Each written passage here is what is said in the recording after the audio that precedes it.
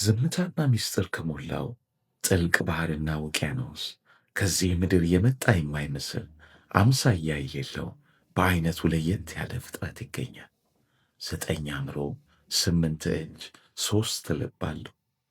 ከደም ስሩ እንደ ሌላ ፍጥረት ቀይ ሳይሆን ሰማያዊ ደም ነው የሚፈስ። ኦክቶፐስ ሰውነቱ በጡንቻና ሥጋ እንጂ በአጥንት አልተደገፈም። እንደ ጭስ እንዲዝለገለግ እንደ ውሃ እንዲፈስ ተፈጥሮ ፈቅዳለታለች። ይህም ግዙፍ ሰውነቱን ከሳንቲም ባነሰ ቀዳዳ እንዲያልፍ እንዲሽለኮለክ ያስችለዋል።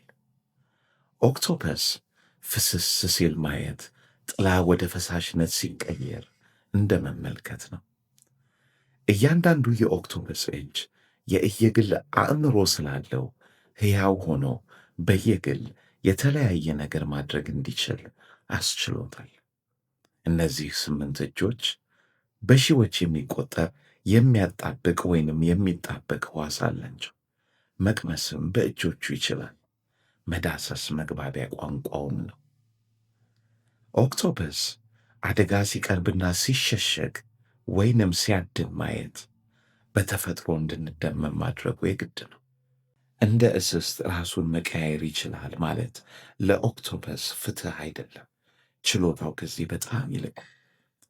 ከፈለገ ድንጋይ መምሰል፣ አሸዋ፣ ካሻውም የሚበቅል አትክልት ከመረጠ፣ ካስፈለገ ደግሞ ሌላ እንስሳ ለመምሰል መልኩንና ቀለሙን ብቻ ሳይሆን ቅርጹንም እንዲቀይር ይችላል።